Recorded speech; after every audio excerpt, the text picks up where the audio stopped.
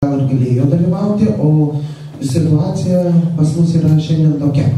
Lietuva pirmininkauja Europos Sąjungai šį pusmetį ir Europos Sąjungos kurčiųjų asamblėja paprašė savo posėdį pravesti irgi. Šypsasi mano vertė. Taigi, kas aš esu? Štai mano gestas.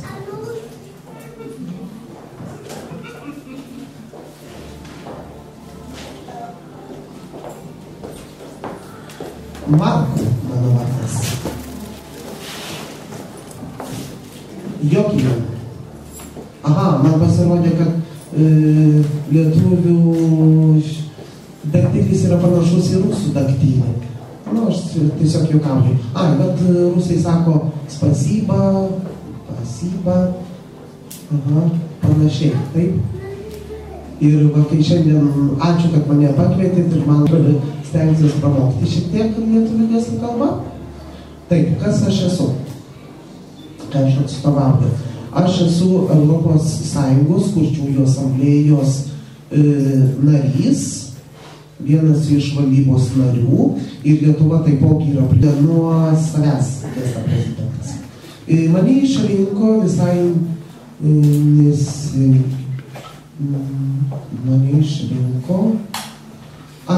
šių metų gegužės mėnesį vyko naujo prezidento rinkimai ir aš buvau išrinktas iš šitas pareigas.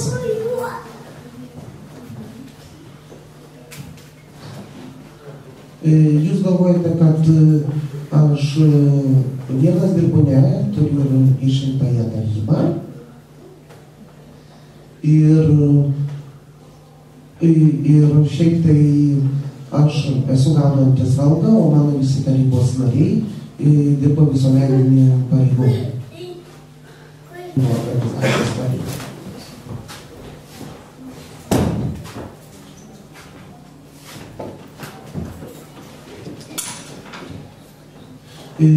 Mes taryboje dirbantis asmenys dirbame vien tik tai visuomeniniais pagrindais, už ačiū ir algos negauname. Gestas, bitė.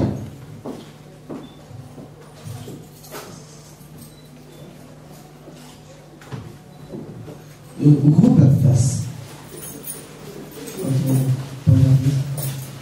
Aš esu iš Italijos, Batų Respublikos.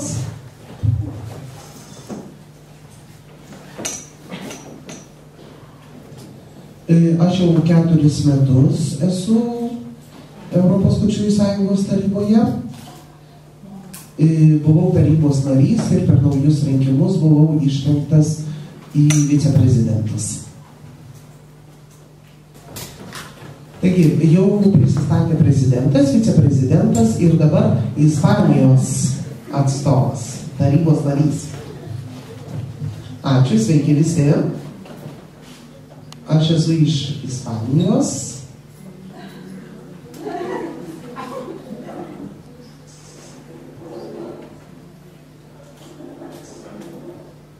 Štai mano gestas.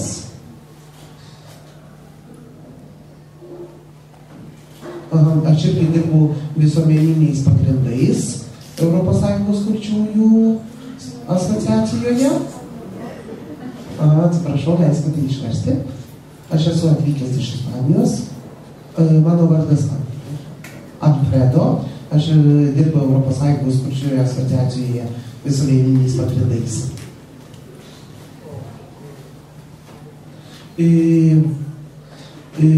Algą aš gaunu, bet Ispanijoje yra 17 kurčiųjų asociacijos organizacijų, tai aš vienoje iš jų dirbu.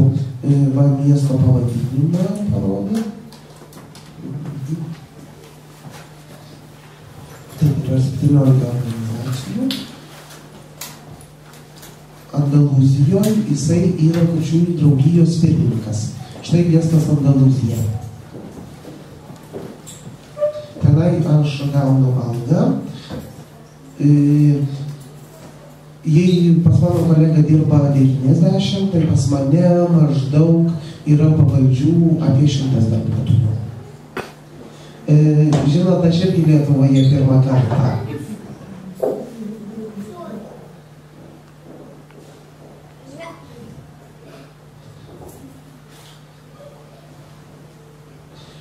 Kiek aš žinau, iš Andalūzijos kurčiųjų bendruomenės narių man sakė, kad jie ne tik pavieniui, bet ir šeimomis buvo atvykę į Lietuvą ir esą bendravę su Lietuvos kurčiaisiais. Ir taipogi ir pas mus yra atvykę Lietuvos kurčiųjų, kurie dirba šiaip tai apie Lietuvą. Sveiki. Aš atvykęs iš Vengrijos. Čia mes turime savo vietinį gestą Vengriją, tarptautinis yra kitoks, visai. Ir štai mano gestas. Lietuviškas gestas vardas, o toks mano gestas yra.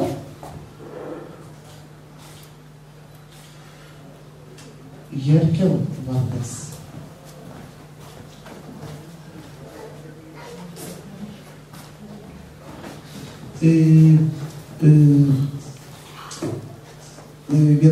Keturių metų vieną kadenciją dirbau kurčiųjų draugijos Europos asociacijos narių, dabar esu išrinktas dar keturiems metams antrai kadencijai.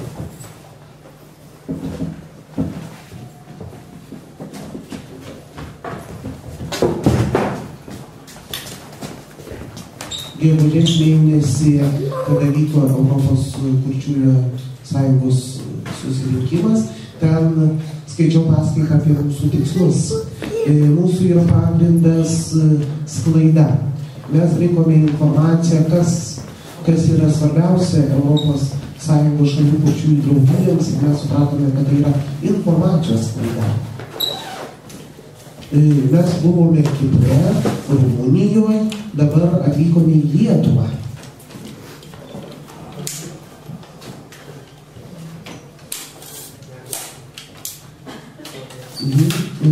Aš esu, kur aš gaunu, Vengrijoje aš esu Seimo narys.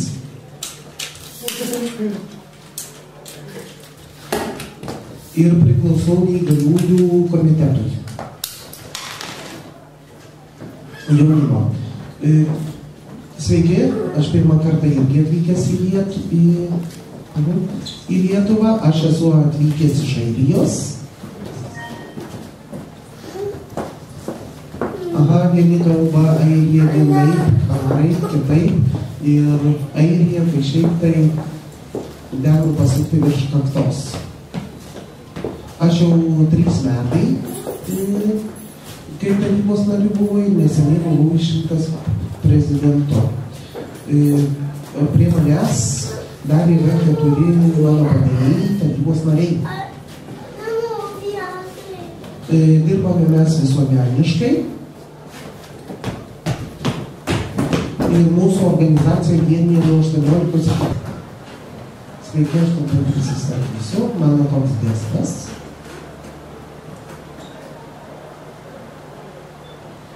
Aš esu iš Didžiosios Britanijos.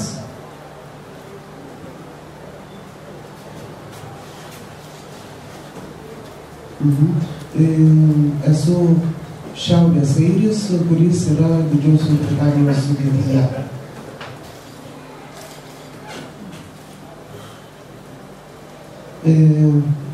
Sveiki.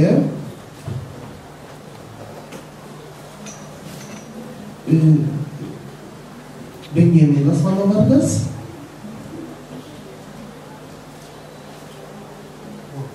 Aš jaunimo kurčiųjų organizacijoje esu tarybos narys ir sekretorius. Ieškau kuo daugiau kontaktus.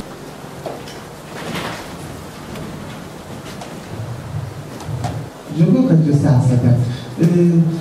Apie ką šitą paskaitą? Jinai nėra labai didelė. Čia yra pristatomoji tokia, sutrumpinta, nors šiek tiek ir užsiminė apie tai. Ir ką mes veikiame Briuselyje.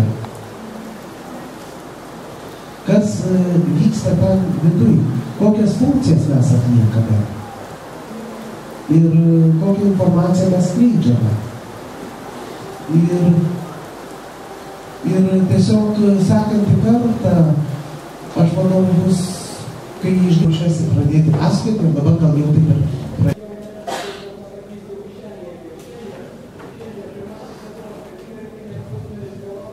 kalbėdavo savo gestų kalbą ir šalia jo būdavo vertėjai, kurie versdavo į anglų kalbą. Čia įėjo, kad Europos Sąjunga taip stipriai išplės.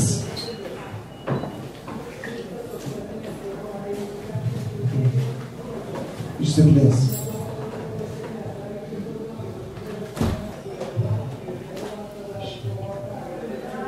Aha, čia taryba.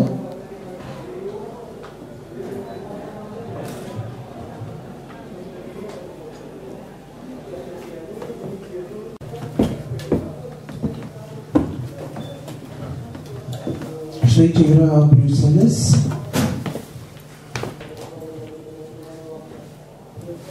Aš jums anksčiau buvau davęs turbūt šitą knygą Lietuvos kurčiųjų draugijos prezidentė Lietuvika. Taip, tenai yra parašyta ir apie Lietuvą.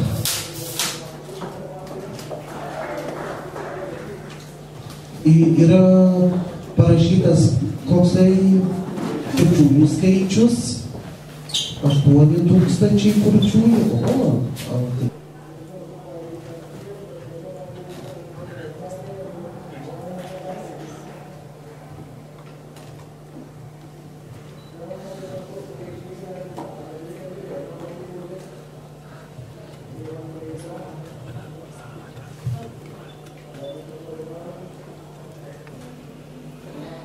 Kada jūs buvote išrinkta į tarybą, Dubline, Airijoje, balsavimo metu mane išrinko į tarybą ir esu Europos kurčiųjų sąjungos tarybos narys nuo 2000. Dabar išrinktas ir mano kadencija bus iki 2017 metų.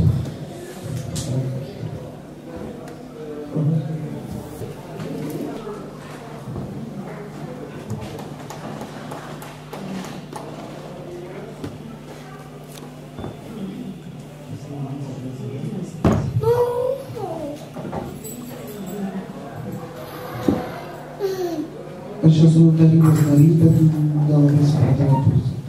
Štai mano toks gestas, vardas. Aš esu iš Olandijos kilęs, bet neseniai atvykau dirbti į Belgiją.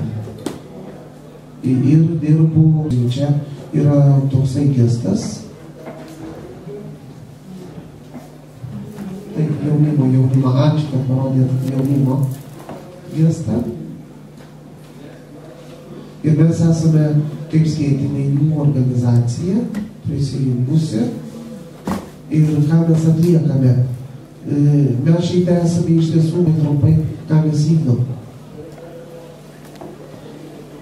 Čia buvo mūsų paskaita.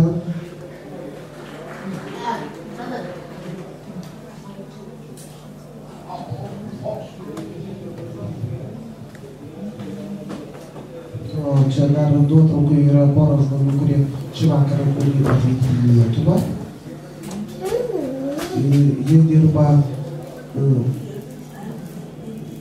jaunimo organizacijoje Belgijoje ir jie mums davė savo patalpas. Europos kurčiųjų sąjunga. Ir ką mes atliekame? Mes dirbame su tikslinė jaunimo grupė nuo 18 iki 30 metų. Dar šiek tiek turime kartais ir jaunesnių.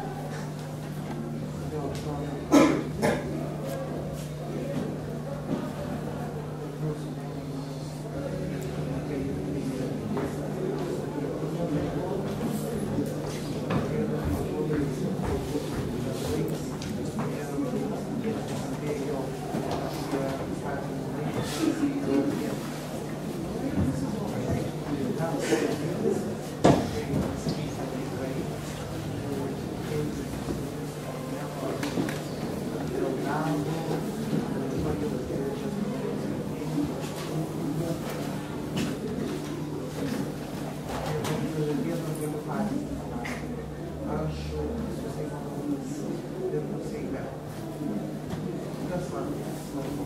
Man svarbiausia, kad būtų televizijų filmai, kad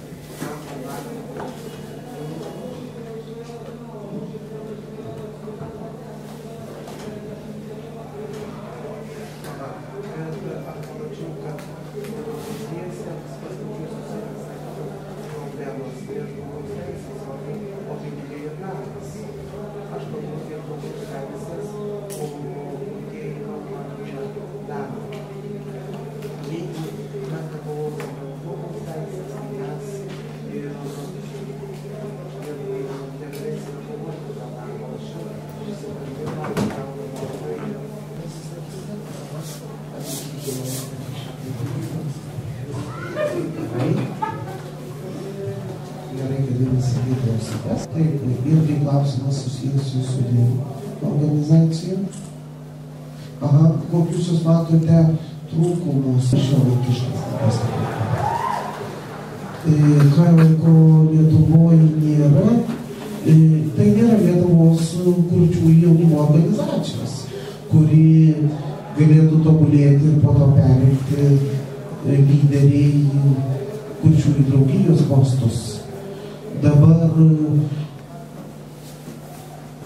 Lietuvos kurčiųjų draugija dirba, bet jaunimo organizacija nieko nedirba. Vat štai tu, kuris uždavė klausimą, tu galėtum. Štai jūs atvykote ir vedate diskusijas.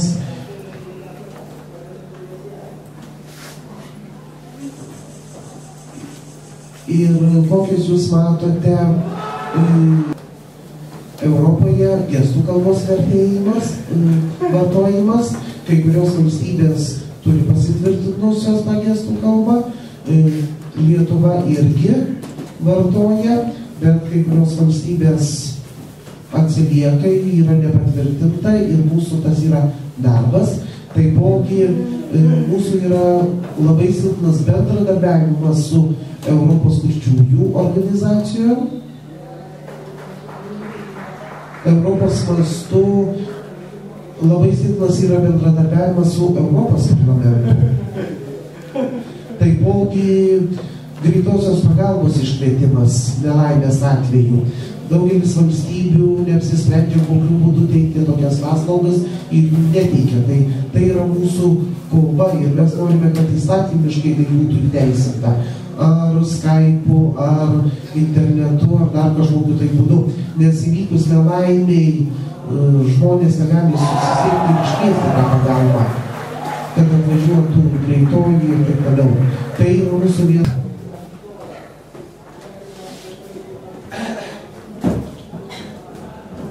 Viskas vartoja, kaip ir problemas nėra.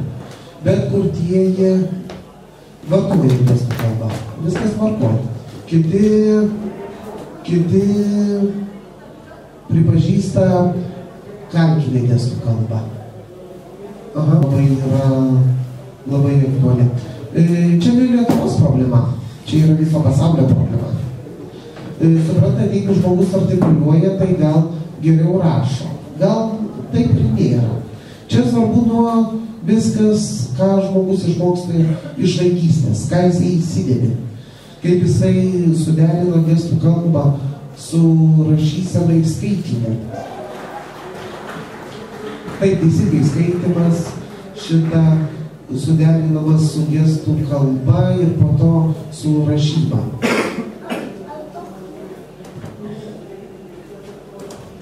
Taigi, jeigu gerai žmogus moka gestų kalbą, tai jisai gerai rašys. Tie, kurie vartoja artikuliaciją, tai čia jų teisė. Man taip yra, kiekvienas turi savo.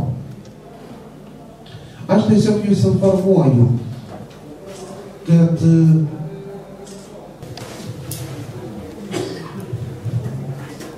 o mes, Lietuvos Europos kurčiųjų sąjungos nariai, norėtume jums padovanoti šitą leidinį, knygą Lietuvai, kad jūs galėtumėte paskaityti, kas yra pasiekta Lietuvoje, ko nepasiekta, ir norime palinkėti, kad jūs susipažinę su kitų Europos valstybių pasiektais tikslais ir matydami savo trūkumus, kad būtinai siektume tuos dalykus. Žinote, gal šitos knygos